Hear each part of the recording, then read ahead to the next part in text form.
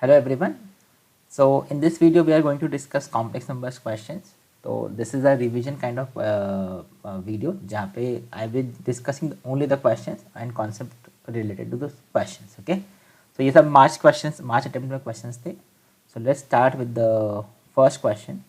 So the first question is, let a complex number z, that is which is modulus of z is not equal to 1, satisfy log modulus of z plus 11 upon modulus of z minus 1 whole square is less than equal to 2.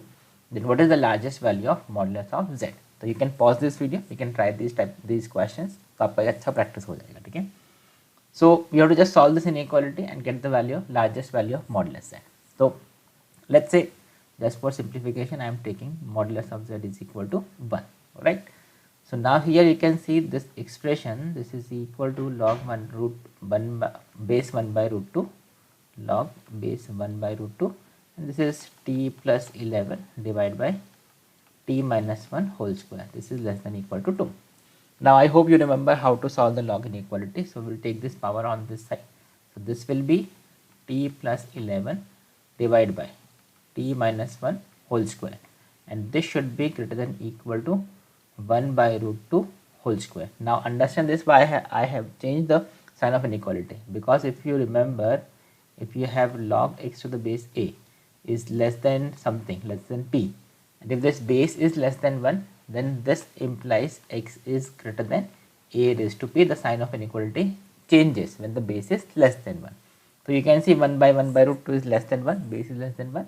So if I take this on this side, sign of inequality will reverse. Now one more condition should be that this quantity should be positive, but obviously in this case this quantity is automatically positive. इसमें तो ये positive है because t is a positive number, because this is modulus of the complex number. So numerator is positive, denominator is square quantity which is positive. That means this quantity is positive. So we don't have to put the condition for that, otherwise log define नहीं होगा. ठीक है, इसलिए इसको positive होना पड़ेगा. But ये already question में इस तरह से कि ये पॉजिटिव ही है. ठीक है. So now let's solve this. This is t plus 11. इसको सिंप्लीफाई कर लो. This is 2t plus 11 is greater than equal to t minus 1 whole square. इसको हम क्रॉस मल्टीप्लाई कर सकते हैं again, because this is a positive quantity. t equal to 1 possible नहीं है because question में गिवन है modulus of z can not be equal to 1. Right. So now this is 2t plus 22 greater than equal to t square minus 2t plus 1.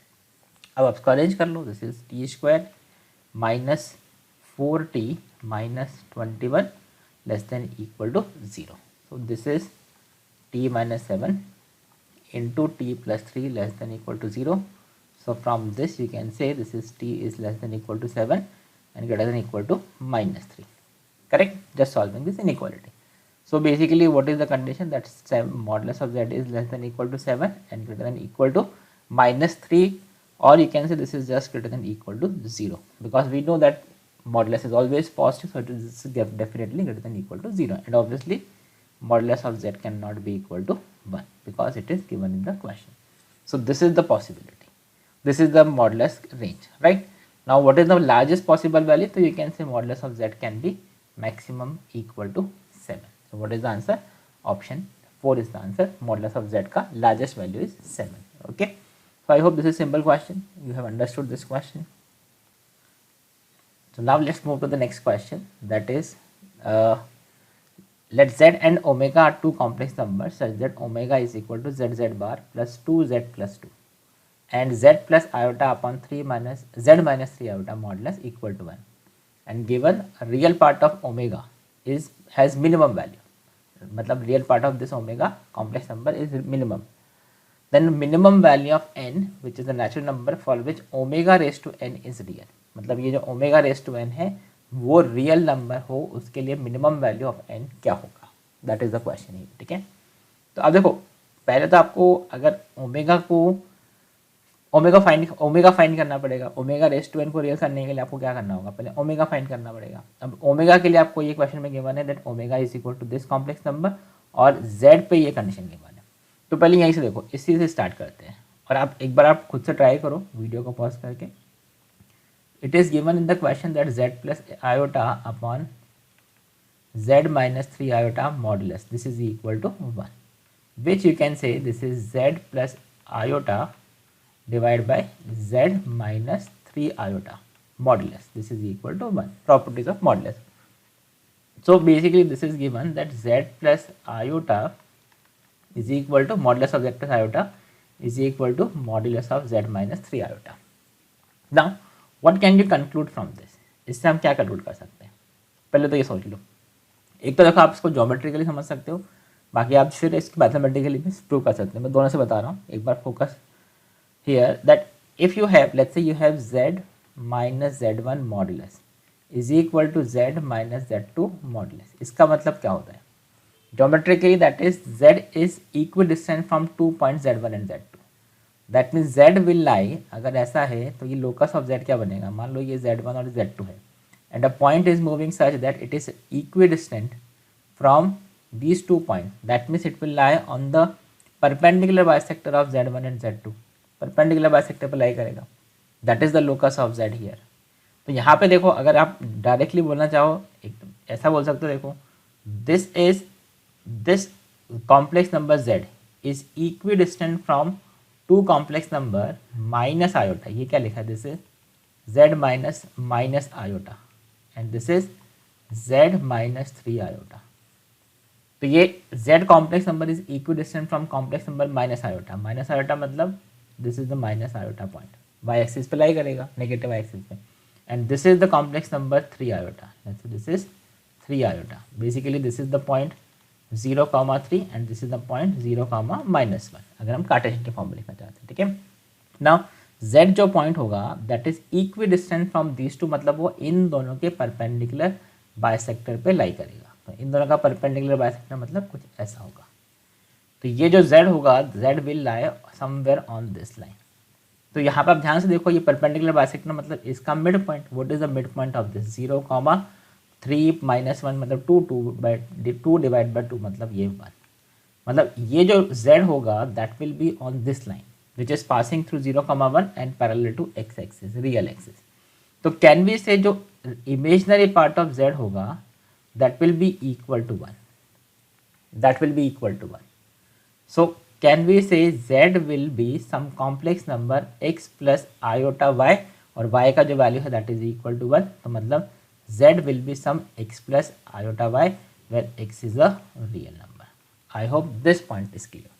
यहाँ तक कोई problem नहीं होना चाहिए. तो हमने क्या किया, इसका इंटरप्रिटेशन कर लिया. अगर अच्छा, और इसमें देखो अगर ऐसा नहीं भी क्लियर होता है ज्योमेट्रिकली तो कोई प्रॉब्लम नहीं. इसमें आप z को मान लो x प्लस आयोटा वाई, तो ये x plus iota y plus iota modulus this is equal to x plus iota y minus 3 iota.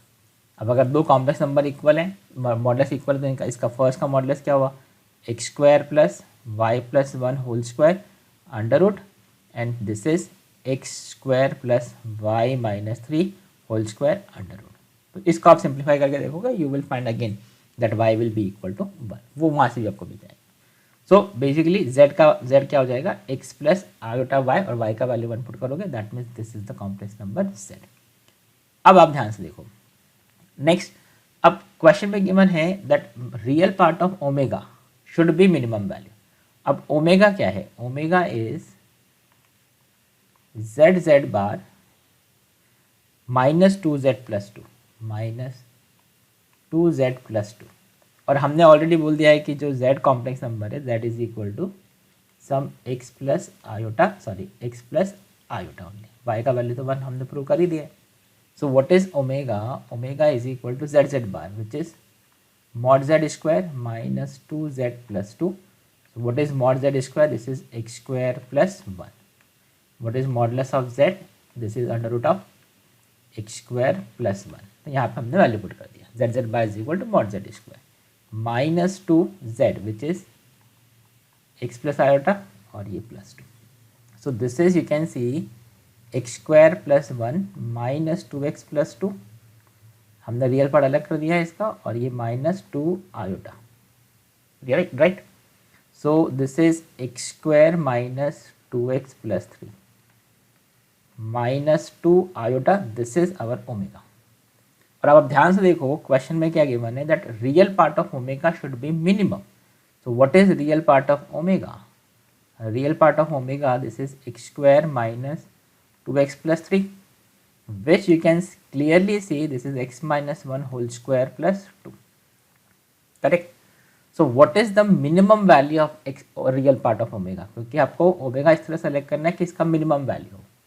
So minimum value will be real part of omega will be minimum when this quantity is minimum, और इसका minimum value से minimum value क्या हो सकता है? 0. Why? Because ये perfect square है, x minus 1 square, तो नेगेटिव तो होगा नहीं, तो मिनिमम से minimum 0. So that is when x is equal to 1. और x इज इक्वल टू 1, देखो अब x का वैल्यू भी आ गया, मतलब जो हमारा कॉम्प्लेक्स नंबर ओमेगा है that will be equal to, x का वैल्यू आपने 1 पुट कर दिया इसमें, तो this will be 2 minus 2 iota. ये देखो x का value 1, so this value will become 2, you can see, and this is minus 2 iota. So we have got that omega is equal to 2 minus 2 iota. अब question क्या है, next part देखो, the minimum value of n for which omega raise to n is real. तो अब इसको आपको अगर real बनाना है तो what is omega, this is 2 into 1 minus iota, और omega raise to n, what is this, this is 2 raise to n 1 minus iota raised to n. अब what should be the minimum value of n? n is a natural number, so that this is a real value. तो अब इसको आप कैसे solve करोगे? तो आप ध्यान से देखो, what is 1 minus iota? Can we say 1 minus iota? इसका magnitude will be √2. And what is the argument of this complex number? This complex number tan theta is equal to -1. Tan theta is equal to -1. -1 upon 1, that is -1. And this is the complex number in the fourth quadrant, 1 comma minus 1. 1 comma minus 1 मतलब fourth quadrant. So what is the argument? Minus pi by 4. So can we say this is 2 raised to n √2 e raised to minus iota n pi by 4. हमने 1 minus iota को exponential form में convert कर दिया. Now you tell me, you think about this, that what should be the value of n so that this is a real number. अब ये तो real ही है, अब इसको रियल होना पड़ेगा. अब इसको रियल होने के लिए ये जो एक्सपोनेंट है वो क्या होगा, आप n का वैल्यू 1 2 3 पुट 4 ऐसा पुट करोगे, तो what is the minimum value जिससे ये वैल्यू एक रियल वैल्यू आएगा. अब रियल वैल्यू के लिए या तो n 0 हो, बट 0 तो पॉसिबल ही नहीं है. क्यों? क्योंकि अगर ये मतलब ई रेस टू 0 हो गया तो ये 1 हो जाएगा, रियल हो जाएगा, बट n 0 पॉसिबल नहीं है बिकॉज ये नेचुरल नंबर होना चाहिए. तो नेक्स्ट वैल्यू आप ध्यान से देखो, what should be the value of n. 1 पे नहीं होगा क्योंकि ये पाई बाई 4 बनेगा, 2 पे नहीं होगा, पाई बाई 2 बनेगा. पाई बाई 2 पे मतलब क्या होता है, e raise to iota pi by 2, which is not a real number. फिर आप ध्यान से देखो, जैसे आपने n इक्वल टू 4 पुट किया तो n इक्वल टू 4 पे ये बनेगा e raise to minus iota pi. This is if I put n equal to 4, this will become 2 raise to n √2 e raise to minus iota pi. And what is e raise to iota minus iota pi? cos pi minus iota sin pi. So this is 2 raised to n √2 cos pi minus iota sin pi, and you can clearly see ये तो sin pi तो 0 हो जाएगा. And what is cos pi? Cos pi is -1, which is now this is a real number. So what is the least possible value of n? That is equal to 4. So what is the answer? This is equal to 4.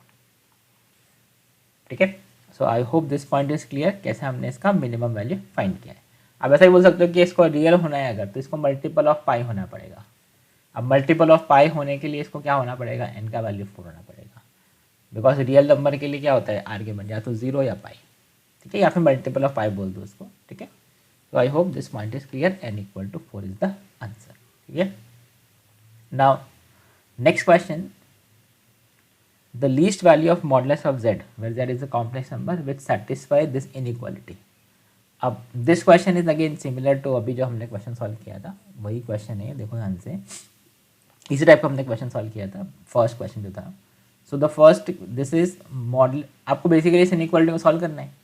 तो यहाँ पे फिर से आप ध्यान से देखो, let's say this is modulus z, इसको मैं t पुट कर देता हूँ. So this is e raise to, this is t plus 3, exp मतलब एक्सपोनेंशियल ऑफ. ठीक है. तो this is e t minus 1 divided by this is t plus 1, this is t plus 1 log base 2, log to base e, ठीक है, greater than equal to, अब इसको देख लो पहले, इसको मैं सेपरेटली सिंप्लीफाई करता हूँ. What is modulus of 5√7 plus 9 iota? So you can say this is under root of 5√7 square plus 9 square. So this is 25 into 7 plus 81. Okay, so now you can clearly see this is 175 plus 81. So you can see this is 6, 5 and 2, 256. So what is this? This is 16, correct? So this is, you can see, log √2 और ये क्या हो गया 16, इसका modulus हमने value put कर दिया. ठीक है, नाउ अंडरस्टैंड दिस. पहले इसको सिंप्लीफाई कैसे करोगे, तो इसको सिंप्लीफाई क्या करने के लिए क्या करना है, you can see here if I take this number, if I take this number on the power 2, यहाँ पे 2 पे पावर लगा दिया. ठीक है, सो जैसे ऐसा ये ऐसा है कुछ e raise to some x log 2 base e, तो इस x को हमने यहाँ पर रख दिया, तो this base will become same, so this will become 2 raise to x. Properties of log, I hope you remember this, a raise to log b base a is equal to b. तो ये जो वैल्यू होगा this will become 2 raise to t plus 3 t minus 1 divide by t plus 1 and this is greater than equal to. अब ये value क्या होगा, पहले इसको समझ लेते हैं. दिस इज, इसको पहले थोड़ा सिंप्लीफाई कर लो, उसके बाद फिर इसको हम चेक कर लेंगे क्या है. तो again if you use the properties of log, this is log 16, this is base 2 raise to 1/2 का, इसका जो पावर था इसको हमने बाहर कर दिया. You know the properties of log, right. So this is 2 log 16 to the base 2. Now what is this log 16 to the base 2? This is equal to 4. So what is this value? This is equal to 8. 2 raised to 4, correct? So this is 8, right? So this value is equal to 8, and 8 you can say this is equal to 2 cube. So I hope again basically इसमें देखो थोड़ा log की properties है वो हम use कर रहे हैं. तो I hope you remember the properties of log. इस पावर को हमने बाहर कर दिया, ये √2 जो था, ये जो √2 था इसका पावर हमने डिवाइड कर दिया था. ठीक है, सो now if I say you have 2 raise to something is greater than equal to 2 raise to another value, so can we say this is t plus 3 divide by t minus 1 divide by t plus 1 is greater than equal to 3. So we have got this expression. अब इस inequality को आपको solve करना है, इस inequality को solve करना है. अब देखो यहाँ पे modulus of z equal to t है, तो obviously this is greater than 0 only, greater than equal to 0, because modulus is always positive, non negative you can say, correct. So this is greater than equal to 0. अब इसको solve करने के लिए इसको आप directly cross multiply कर दो, because ये क्वांटिटी तो हमेशा ही पॉजिटिव रहने वाला है, because t is positive, t plus 1 will be positive. So now if I simplify this, this is t square, इसको हमने मल्टीप्लाई कर दिया, this is 3t minus t which is 2t minus 3 greater than equal to 3t plus 3, cross multiply करके. ठीक है, so this will become t square minus t minus 6 greater than equal to 0, और इसको आप फिर factorise कर लो, t minus 2 into t plus 2 greater than equal to 0, correct. इसको फैक्टराइज कर लिया हमने. सो व्हाट इज दिस, अब ये क्वांटिटी तो हमेशा ही पॉजिटिव है, तो that means t minus 3 should be positive, that means t should be greater than equal to 3. यहाँ से you can say this is t is greater than equal to 3. So what is the least possible value of modulus of t, modulus of z? This is equal to 3. So what is the answer? Option 3, modulus of z का least value is equal to 3. So again simple question है, बस अब मैं थोड़ा सा properties of log involve कर दिया है. कॉम्प्लेक्स नंबर का तो ऐसे ज़्यादा कुछ इसमें है भी नहीं. This is how you get the value of modulus of z. So I hope this point is also clear. ठीक है, now check this question. The area of triangle with vertices z, iota z, z plus iota z is equal to. ठीक है, now how will you solve this question? तो इसमें देखो you have to just find the area of this triangle whose vertices are these.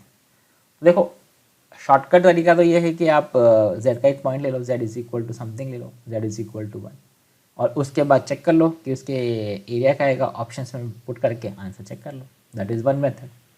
और ऐसा भी कर सकते हो ज्योमेट्रिकली। देखो मैं आपको 2-3 मेथड शॉर्टकट तो एक तो ऑब्जेक्टिव अप्रोच है, जेड को कुछ कॉम्प्लेक्स नंबर मान लो, जेड इज इक्वल टू 1 मान लो, और उसके बाद इसे एरिया को चेक करके देख लो, गेट द आंसर। ठीक है।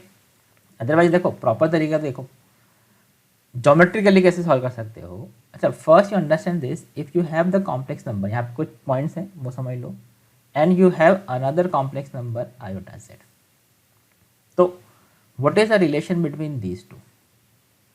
If you multiply any complex number, what is iota? Iota you can see e raised to iota pi by 2, e raised to iota pi by 2।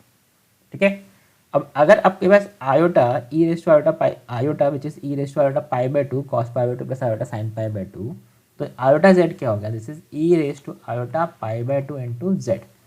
And I hope you remember this, if you multiply any complex number with e raised to iota theta, उसके corresponding जो vector होता है that gets rotated by an angle theta in clockwise और anti clockwise depending upon वो theta positive है या negative. तो now see, let's say this is our Argand plane, एक मैं रैंडमली डायग्राम ड्रॉ कर रहा हूँ, देखो ध्यान से। Let's say this is the complex number z, sorry this is the real axis, this is the imaginary axis, और let's say this is the complex number, हमने एक randomly कोई भी complex number ले लिया point A, this is complex number z। तो ये जो होगा this is the vector represented by this, बराबर, this is origin। now if you want to plot iota z, how will you plot iota z? अब iota z plot करने के लिए क्या करोगे, because we know that if you multiply any complex number with iota, इसका मतलब है आपने effectively e raised to iota pi by 2 से मल्टीप्लाई कर दिया, मतलब वो वेक्टर को आपने पाई बाई 2 एंगल से रोटेट कर दिया। और इस पॉइंट का ध्यान रखो, कभी भी आयोटा से मल्टीप्लाई करते हो किसी भी कॉम्प्लेक्स नंबर को, तो the vector corresponding to it gets rotated by an angle pi by 2 in anti clockwise direction. तो इसका मतलब यहाँ से यू कैन सी ये ऐसे रोटेट हो गया by an angle pi by 2, और मॉडुलस तो दोनों का सेम ही होगा। थोड़ा सोचो, ये जो कॉम्प्लेक्स नंबर बी होगा दिस इज आयोटा जेड, दोनों का मैग्नीट्यूड सेम होगा। क्यों? Because modulus of iota z will be equal to modulus of iota into modulus of z which is equal to modulus of iota, modulus of z, modulus of iota तो one ही होता है। Now how will you plot z plus iota z? अब z plus iota z plot करने के लिए आप ध्यान से देखो, can we say z plus iota z तो इन दोनों का एडिशन ही है। If you have this O A vector O B vector, I what is O A vector plus O B vector, what is O A vector plus O B vector, तो वो इसका resultant होगा। And resultant हमको vector में आपने किया है, that is parallelogram law of vector addition. अगर आपके पास एक वेक्टर ऐसा है, this is P vector and this is let's say Q vector, तो what is the diagonal, this is P plus Q vector. तो आप ध्यान से देखो, अगर हम इसको एक पैरेललोग्राम कंप्लीट कर लें तो बेसिकली यहाँ पे तो ऐसे स्क्वायर बन जाएगा, ठीक है, क्योंकि यहाँ पे एंगल 90 डिग्री है प्लस साइड्स भी इक्वल है, ठीक है। तो मान लो ये हमने स्क्वायर ड्रॉ किया, तो ये जो पॉइंट होगा, ये जो पॉइंट होगा this is let's say point C, this will be you can see this will be the resultant of this two, that is z plus iota z, मतलब ये जो पॉइंट होगा this will be z plus iota z. So these are the 3 points geometrically located. अब आप ध्यान से देखो, हमको जो फाइंड करना है, you have to find the area of this triangle, area of this triangle whose vertices are z iota z and z plus iota z, we have to find this area. Now can we say this area will be same as this area, because ये तो diagonal है, parallelogram में diagonal होता है, bisect कर देता है। So what is the area of this triangle? This angle is 90 degree. What is the modulus of this? This is modulus z. What is this? This is also modulus of z. So what is the area of this triangle? So this is equal to half modulus of z into modulus of z. So what is this? This is modulus of z whole square. That is the answer for this. So what is the option? Option 4 is the answer for this question. So this is how we can solve this, but this is important point, कभी भी किसी point को हमने किसी complex number को iota से multiply कर देंगे तो vector gets rotated by an angle pi by 2। देखो इसको करने का एक और तरीका है, इसको आप ऐसा भी कर सकते हो, मेथड 2, बाकी बेसिकली ये तो मेथड 3 हो गया। फर्स्ट तो मैंने आपको एक शॉर्टकट मेथड बताया था, कोई भी कॉम्प्लेक्स नंबर लेके चेक कर लो, ठीक है। Now let's say z is equal to x plus iota y. अगर आपको ज्योमेट्रिकली भी समझ में नहीं आता है, मान लो नहीं क्लिक होता है, तो you can use this also. तो what is iota z? Iota z will be equal to iota x minus y, iota square minus में हो जाएगा। And what is z plus iota z? This is equal to, add कर दो इसको, तो this is x minus y plus iota x plus y. Now, what is this point? This is x comma y. What is this point? Minus y comma x. इसका real part minus y और imaginary part x होगा। And this is x minus y comma x plus y, ये point. तो what is the area of triangle form? This is 1/2 x y 1 minus y x 1, ये continuity हमने किया है, ठीक है। This is x minus y x plus y and 1। And now you just simplify this. इसको आप जैसे सिंप्लीफाई करोगे तो I am living this for you, this is, you will find this is x square plus y square, half x square plus y square. आप cross multiply करके check कर लो। And what is this? You can see this is modulus of z square, so that is half modulus of z square will be the answer. So this is another way to solve this question by using pure coordinate geometry type, ठीक है।